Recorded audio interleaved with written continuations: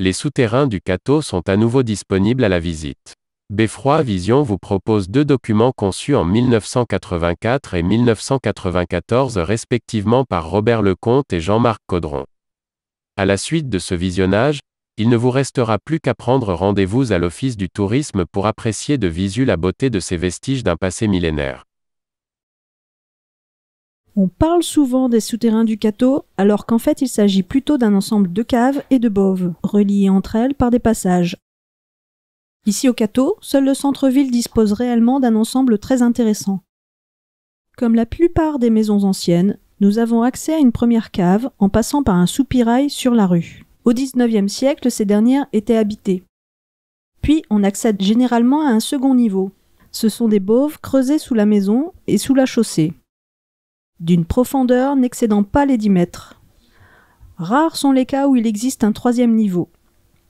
Au centre-ville, il existe une demeure en pierre bleue, connue encore sous le nom de l'hôtel du Mouton Blanc, actuellement laboratoire. Bâti en 1774 pour Jacques-Joseph Dominique de Zévalos, officier de carrière et seigneur de Valcourt en Ligny. Il était vice-châtelain de la ville. Une pierre indique qu'elle a été posée le 30 avril 1763. L'origine de ces colonnes demeure mystérieuse. Il en existe 3 entières et les bases de 4 autres. Certains ont pensé qu'il pouvait s'agir de la crypte de la plus ancienne église du Cateau, l'église Notre-Dame, où fut signé les traités du Cateau-Cambrésis en 1559. Beaucoup en doutent à cause de l'inscription. Sous l'ancienne demeure de la famille de Zévalos, à proximité d'un puits, nous avons trouvé une structure en briques qui contenait encore de l'eau. Encombrée de nombreuses années, malheureusement de nos jours, il n'y en a plus. Peut-être qu'un bon nettoyage permettrait de revoir l'eau ressurgir. Cet ensemble de galeries était donc beaucoup plus utilisé que de nos jours, et a pu servir de logement personnel ou pour des troupes de passage de réserve. En cas d'attaque, la présence des fours à pain et des puits montre bien que la vie était possible sous terre. Un léger courant d'air subsiste d'ailleurs toujours. À côté du puits, sur un mur de pierre, de mystérieux graffitis restent visibles. Un chien, un nommé Collet. Le docteur Tison rapporte dans ses recherches que les armoiries de la famille de Zévalos comportaient un chevalier casqué avec la devise « Galeatus fortiter audet ». Le guerrier casqué ose vaillamment. Un autre personnage, au cœur d'animal et à la tête d'homme, se trouve à côté.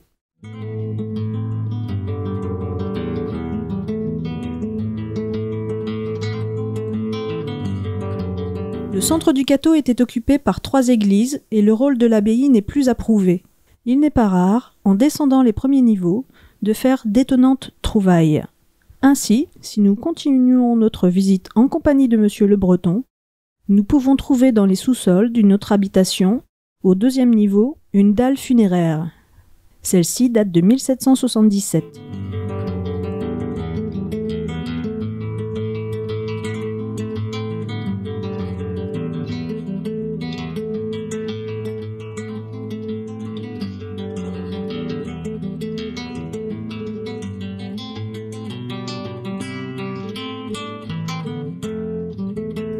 Nous arrivons maintenant vers l'hôtel de ville. La date exacte de la construction du bâtiment n'est pas certaine, même si sur l'un des murs, une pierre porte la date de 1533. Il est possible que les caves soient antérieures. Il existe une salle qui a servi de prison, puisque de nombreux graffitis le prouvent. Mais il semble que cette pièce ait été utilisée au départ de salle, avec un plafond décoré de fleurs rouges et noires. Il pouvait peut-être s'agir de ferme du Cateau, une espèce de greffe où reposaient les archives. De nombreux graffitis datent sûrement du XVIe siècle et restent visibles. Les dates les plus anciennes relevées sont 1562 et 1567, ce qui correspond à une période de troubles religieux. Au Cateau, les protestants s'emparent de la ville le 26 août 1566 et remettent en question le pouvoir de l'archevêque Maximilien de Bergue. Après les interrogatoires et les jugements, 18 exécutions furent prononcées et 207 bourgeois furent bannis et leurs biens confisqués. En 1855, elles sont habitées par un ancien agent de police, Vaillant, qui n'y restera pas longtemps. Résilient, selon le docteur Tison, son bail qui était trop onéreux.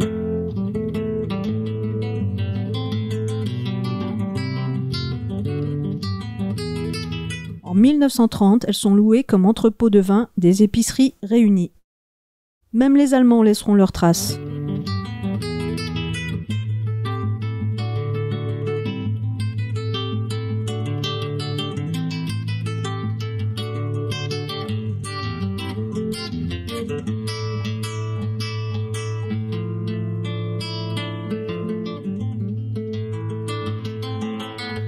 Au cours des années, si tel n'est plus le cas aujourd'hui, les riverains utilisaient ces caves et boves. Des bancs étaient installés dans les salles et le long des passages afin de pouvoir recueillir un maximum de personnes. Le sol du Cateau est composé en majorité d'argile à silex, matière qui reste très friable et qui avait obligé nos anciens à installer des murs. Ainsi, dans de nombreuses pièces, le bas est en silex. La brique et la pierre font bon ménage, mais rien ne vaut ces ogives magnifiques en pierre blanche qui ont su maintenir ces lieux jusqu'à aujourd'hui. Pendant de nombreuses années, ces pièces serviront de prison. Si l'ensemble des communes pouvait exercer la moyenne et basse justice, la ville du Cateau semblait pouvoir également traiter des choses criminelles, comme l'indique le docteur Chloé. Au Cateau, on pouvait ainsi condamner à la prison ou à l'amende. Les souterrains de l'hôtel de ville étaient souvent utilisés comme en témoignent les registres des sentences échevinales. À la fin de la Deuxième Guerre mondiale, il a été demandé à l'ensemble des riverains de reboucher leurs caves. Dans le cas où ceci ne serait pas effectué, une taxe sur l'occupation du domaine public serait demandée. C'est pour cette raison que pour pouvoir visiter la plupart de ce que vous avez pu voir ici, il a fallu se rendre chez les particuliers et visiter chaque cave. En 1940, les souterrains suscitent l'intérêt des autorités. Un plan dressé par M. Balin est notre seule source de documentation. Le docteur Tison indique « Notre ville du Cateau a prévu les dangers des gaz. Le réseau des souterrains à multiples étages qui continue les gaves et boves de la Grand Place a été étayé, complété. Sous la direction de M. Balin, géomètre, qui dirige leur visite en mars, pleine d'intérêt. »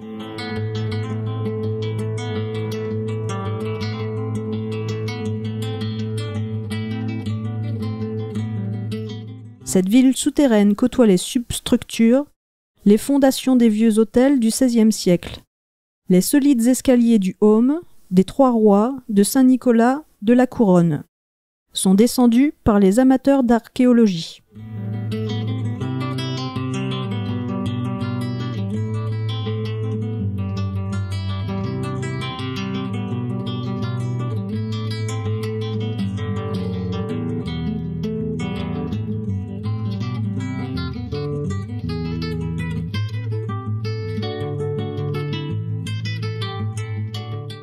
Ici, un magnifique four à pain, situé pas loin du centre-ville, confirme bien que la vie était bien organisée.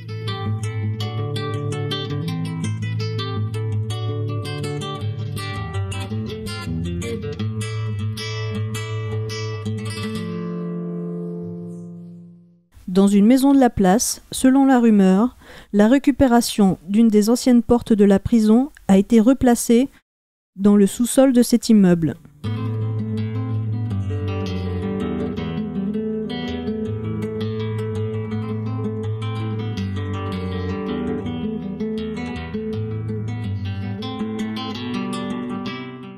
La légende veut que Fénelon, archevêque de Cambrai, se rendait de Cambrai au Cateau en empruntant les souterrains. Nous n'avons pas eu l'occasion de tomber dessus. Mais peut-être qu'un jour...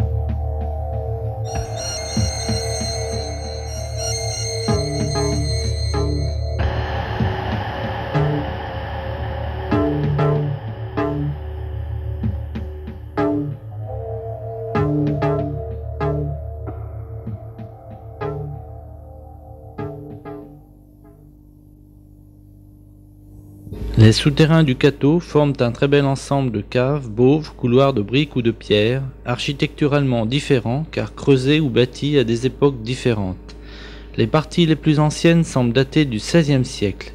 Les guerres civiles ou étrangères incessantes dont la ville a été victime depuis sa création semblent bien avoir été à l'origine de leur établissement. À toutes les époques, les Catésiens eurent besoin de s'y réfugier.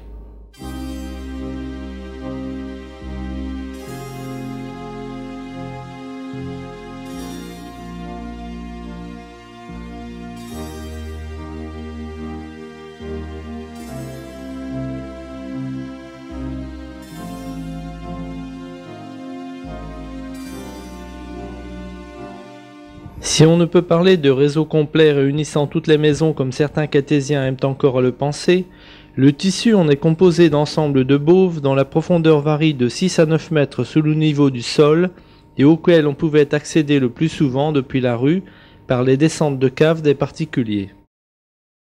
On sait que pendant longtemps les caves de notre ville surpeuplée eurent un rôle social et économique important puisqu'elles servirent tout à la fois d'habitation et de lieu de travail. On relève qu'en 1709 déjà des troupes de passage prirent logement dans les caves des Catésiens. Au siècle dernier, de nombreuses maisons de la vieille ville possédaient cheminées, fours, puits et écoulements d'eau souterrains. Place du Général de Gaulle.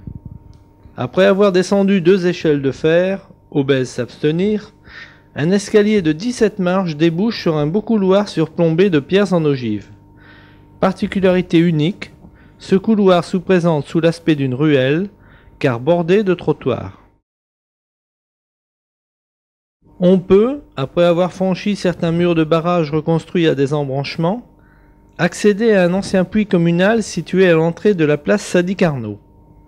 Près de ce puits se situe l'escalier qui mène vers le café Le Longchamp. À noter que ce café y déversait ses eaux usées par un tuyau d'évacuation situé juste au-dessus du haut de l'escalier.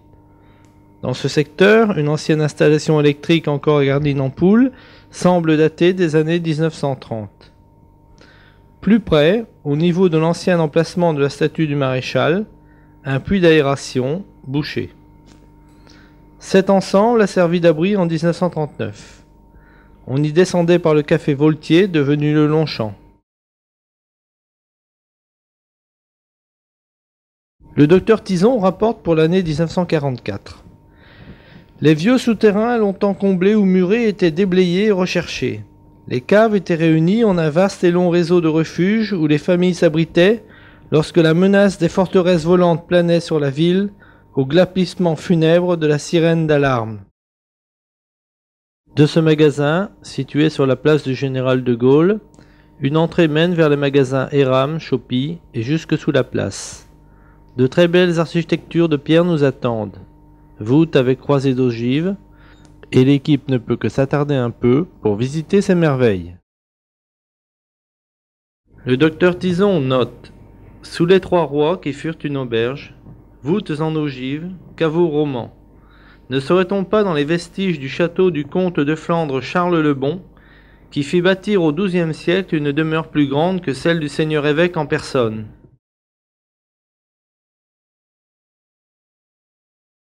Nous rencontrons les souvenirs des anciens commerces qui ont existé en surface.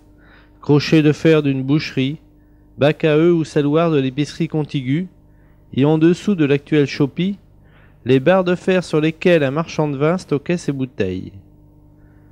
La présence de 2 cheminées d'aération dans cet ensemble ne pouvait qu'aider à la conservation des aliments. L'avance méthodique de l'équipe dans cette zone inconnue nous amène à découvrir des vestiges d'époques éloignées. Bouteilles ou gourdes abandonnées par un combattant de 14-18.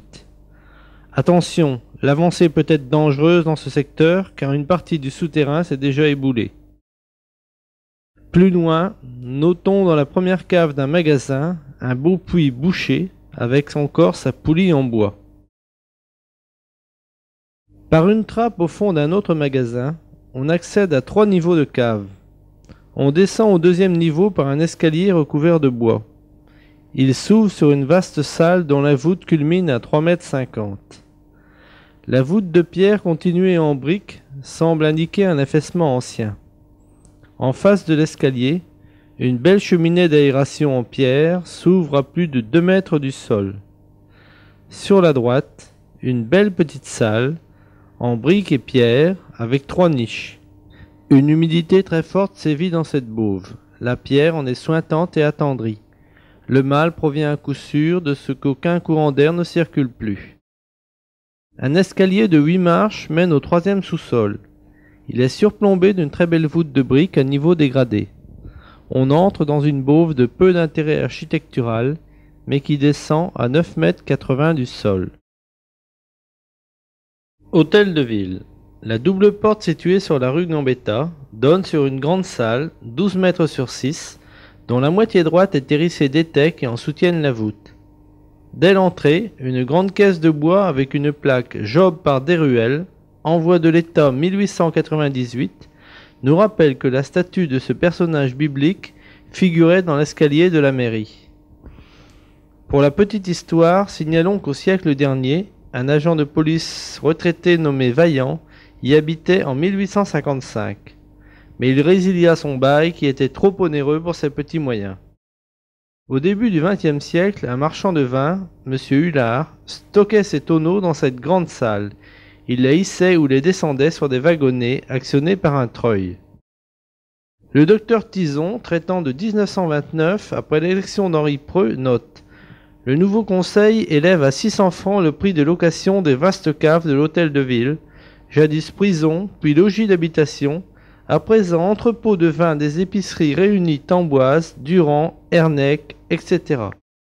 Tout de suite à droite, un escalier de 21 marches nous permet d'accéder dès la 4e marche à gauche à un étroit couloir vers ce qui semblait être les cachots municipaux. En face, une salle de taille moyenne, aux murs de briques, à la voûte de grosses pierres et au sol de terre. Un peu avant cette pièce à gauche, une bifurcation mène vers un autre petit cachot, à la voûte de briques disposées concentriquement et fort humide. Pour chacune de ces geôles, de forgons de fer espacés d'1 mètre, laissent encore deviner 2 épaisses portes disparues. Serait-ce une de ces portes qui a été replacée dans la cave de Maître Jo?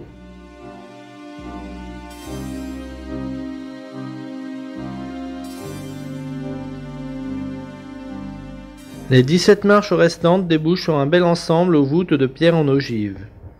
2 grandes bases de colonnes couchées au bas de l'escalier attendent d'ici depuis bien des lustres la lumière.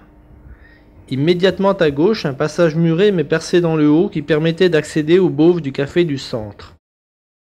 Les quelques mètres qui restent à parcourir sur la droite donnent à découvrir un graffiti qu'un certain Billoc, qui fut locataire forcé des lieux, laissa à la postérité. J'ai été enfermé 6 ans, mais sans date pour nous renseigner. Au fond, après 8 marches, la pièce la plus riche en graffiti de notre sous-sol. Toutes les époques ont laissé leurs traces sur les murs de cette salle, puisqu'on peut aussi bien y décrypter Johann, 1562, Clemeset, 1780, pour la Libertad, Damnatus, mort, J. Tellier, condamné à mort, 1790, Delplanche, 1896, Blanchard, bibliothécaire, 1905, que des inscriptions des 2 guerres mondiales. C'est le 20 juin 1566, en pleine guerre de religion, que fut enfermé ici Jacques Grégoire, prêtre apostat, c'est-à-dire converti à la religion réformée.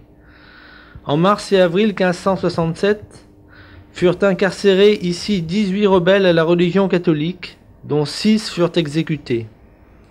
Leur chef était le prédicant Jean Le Sûr, que l'on avait retrouvé caché dans les caves du presbytère de l'église Saint-Martin, place verte. Le plafond de cette pièce est des plus intéressants et pose une énigme. Il est agrémenté de motifs floraux rouges ou noirs de 2 sortes. Pourquoi nos ancêtres ont-ils décoré cette salle? Quel pouvait en être l'usage à sa création? Rue Gambetta. Nous descendons dans un très bel ensemble. La descente est en pierre de taille. Le réseau de couloirs est en pierre ou en brique, selon les endroits. Une pièce avec une grande cheminée, où un puits était commun à 2 bauves, nous attend. Départ vers des maisons voisines. Nous accédons à une très belle salle de grosses pierres en ogive, située sous la rue, sans doute la plus belle architecture du réseau cartésien. D'un autre magasin de la rue Gambetta, deux accès s'ouvrent sur deux réseaux différents de souterrains. Par l'entrée inférieure, on accède à une grande et haute salle où trois larges colonnes de pierre bleue percent la voûte. La base de la première colonne en entrant est une pierre gravée datée de 1763, posée par la fille de messire Jacques de Zévalos. Ce sire fut le bâtisseur de ce bâtiment qui fut autrefois la demeure du gouverneur, puis l'hôtel du Mouton Blanc. Parallèlement à ces trois colonnes, trois bases de colonnes du même diamètre sont plantées. L'existence avant la Révolution au niveau supérieur de l'église Notre-Dame ne semble avoir aucun rapport avec ces vestiges. Le fond de cette grande pièce présente un mur de briques qui cache l'entrée d'un couloir ogival en pierre. Ce couloir a été remblayé, mais l'accès en est toujours possible par ailleurs. Par l'accès supérieur, toujours rue Gambetta, on arrive dans une première pièce où descend encore le grand cylindre de briques qui figure le puits communal qui s'ouvrait sur le trottoir. À côté, un grand bac à eau, malheureusement encombré lors de notre visite par des ferrailles et impossible à examiner. Sur le mur face à ce puits figurent les plus beaux graffitis du sous-sol catésien. À droite, un chevalier, armé d'une épée et protégé d'un aume et d'un écu marqué d'une croix. Il est en position de combat, prêt à frapper. Au centre, une tête de chien, profondément gravée et expressive. À gauche, un profil d'homme, énigmatique. Sous la rue Gambetta, nous découvrons encore une autre belle pièce aux arcs-boutants de pierre taillée.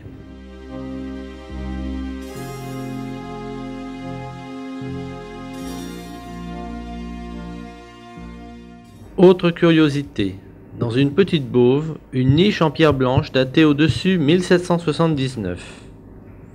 L'équipe de Beffroi Vision n'hésite pas à s'avancer plus loin sous la rue Gambetta.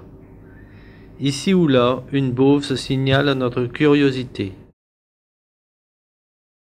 Un remords nous ramène sous la Grand Place, où un très bel ensemble s'offre à nous du côté du café de l'Hôtel de Ville.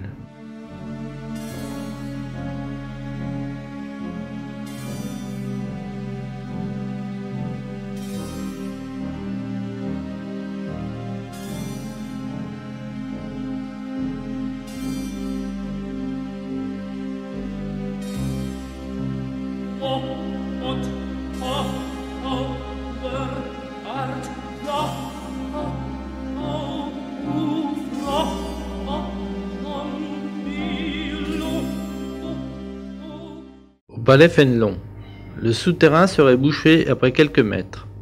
Un catésien aujourd'hui décédé qui l'aurait visité étant jeune attestait de la présence sous l'ancien palais des évêques d'une salle en marbre rose avec banquette de la même matière, salle d'attente de première classe, où les voitures pouvaient faire demi-tour.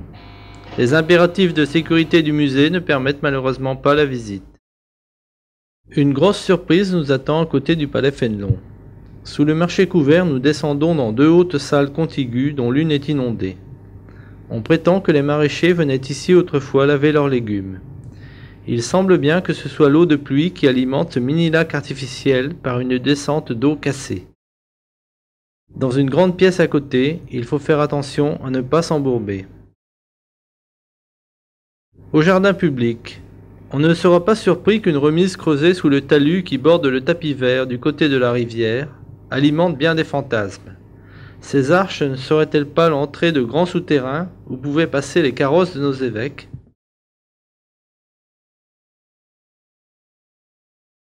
Rue Fontelet des Jardins.